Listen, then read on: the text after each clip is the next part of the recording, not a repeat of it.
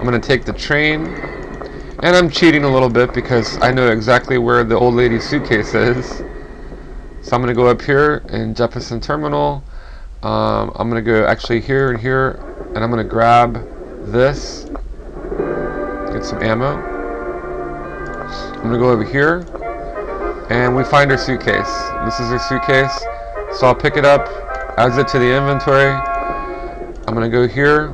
Again, you know, my buttons will change contextually, so let me take the train over here, and we find the lady again. And then we're going to give her the suitcase. When we do, she gives us $2.13. So now I have $2.13 down here under money. So now we can actually buy a hamburger to give to the gray who wants a hamburger. And you might also want to poke around the environment and look for inventory items that might help you. There are, you know, weapons, there are power-ups and things. And just in case I run into a random combatant, I need to get some of those, as well as maybe some coffee pellets, which are health items. And by the way, any of the coffee shops you go to, if you drink coffee, it will add 10 to your health. So it increases or augments your health by 10. And there are some in the train station, some down here. So I'm just going to go up.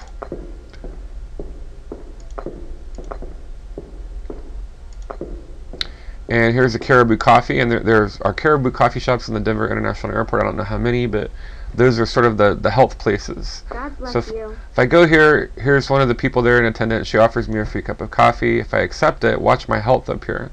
So I say yes, accept the Caribou Coffee, and then my health is increased by 10 points. So I'm sort of really caffeinated now and revived and awake. And I'm going to poke around.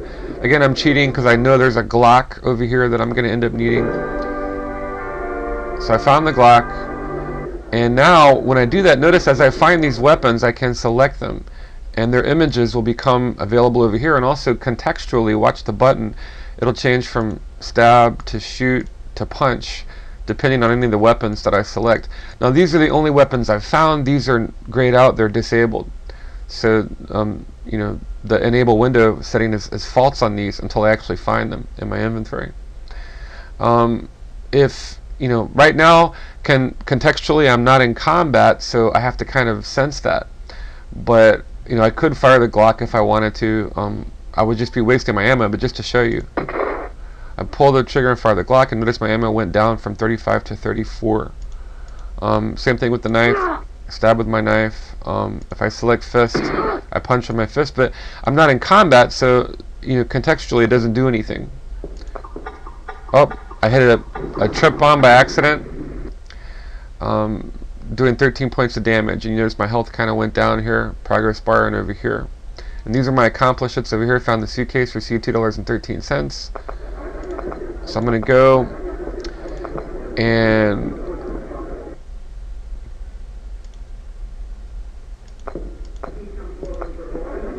I go back over here and let me talk to the gray. And she turns to me and says, guess what? Endothermic and fashionable.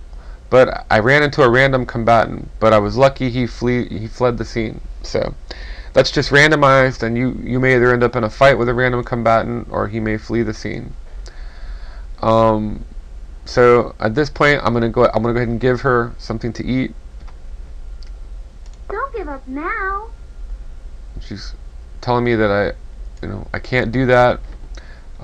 So I have the $2.13. I don't have anything to give her to eat, so I know that that's what the guy at Burger King told me.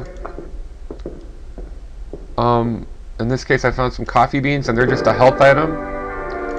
And they're sort of like, you know, they give you, you know, health points when you consume them or when you eat them. So like if I use one, it puts me back up to 100. Now I can't go over that, so there's a range. Health already at max, I don't need a coffee pellet. So that just sort of caffeinates me, but I found this. So let me go back over here, and we'll go up and go back here on the map, and then I want to go west. And now I'm at Burger King, and now that I have money, since the old lady gave me $2.13 for finding her suitcase and bringing it back to her. Excellent. You see you have the change. Do you want to purchase a Whopper? Yes. So now I get my delicious Whopper, and I'm going to click go. And so now I'm just, using the map over here. I'm just going to go back to the environment, and I'm going to go down, and I'm going to take the train and go back.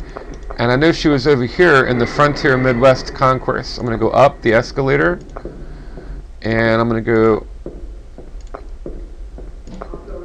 over here, and I'm going to go ahead and give her the burger. Please. And then, may I have some of that? And she asked, please, can she have it? And I'll say yes. This is delicious. And then she's going to teach us a skill how to shape change. And the girl who played in Terminator Sarah Connor Chronicles, I can't remember her name, but I just found her picture on Google, so that was, and she says, God bless you, thank you, and she teaches us how to shapeshift. And she says, I bet you saw this one on TV, huh? Come back to me and I'll show you my true form. Giggle. So she's just, she saw that on, supposedly saw her on television and changed her shape. So to return to the concourse, I need to click go. And notice that abilities went from no abilities to now I have the ability to shapeshift. Now abilities cost you points. So you get 10 energy points, but every time, depending on what you do, some use more energy than others. This particular ability will use 2 energy points, so I don't want to do it too many times or I will run out of energy and I will no longer be able to use that ability. So I'm going to go click go here. Now if we do go back, remember she said she would show us her true form, and a girl with purple hair winks at us from the north wall of where we're standing, so that's her true form. She's a gray, and then it's just a Boolean now that turns on and off. She no longer, responds as a chatbot, so that's now she's back in her human form, or sort of human form. So, but anyway, now with this ability, I have the ability to get over here. So I'm going to go down, take the train. I'm going to go up, hop in Jefferson Terminal. I'm going to go over here, and there's a random combatant in this sector. And let's see if we get lucky, or if we have to fight, we'll... Oh, we didn't get lucky this time. So he's building an abductor, and now we have to do some combat. So the way this works, the Wraith makes the first attack. It's randomized, but it's also based on speed and mass. So if you have greater speed and less mass, there's a higher probability you'll get the first attack. So I have to try to defend. And this is Wraith. He's male, he's human, he's an abductor. I'm defending. Defending. Final damage inflicted was 24 points. So Fox Mulder 76, he has 150. So I survived the onslaught, and now I'm going to counterattack. So now it's me. Notice my health. It's reflecting my stats now. Going through, and I'm going to go ahead and select the Glock.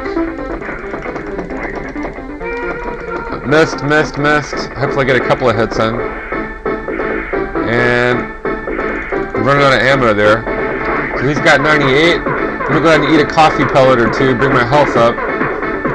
And he gets the first attack. He's got greater speed than me, so he's going to have a much higher probability, although I might still get lucky sometimes, and I've got to defend.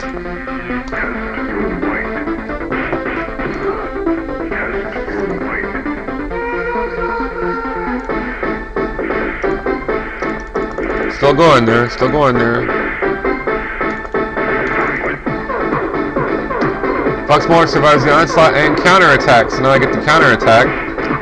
So again, and I'm going to have a coffee pellet to kind of increase my health. I'm just trying to get as many blows in as I can before my attack window closes. You have an attack window and it toggles back and forth between you and your opponent. So I have 100, Wraith has 21 now. I'm going into round 3 of Mortal Kombat. Again, he's got greater speed, he gets the first attack. All I can really do is defend. And at this point, they're easy to, fairly easy to beat. I'm not equipping them with weapons yet, but eventually I'm going to give them more advanced weaponry, and they'll do a lot more damage. So I'm not, sure how I want to code the logic for that yet, but survive. Fox Mulder survives. Now he gets the counterattack. I'm going to use the Fist of Fury this time. It's the lowest powered weapon, but and then, well,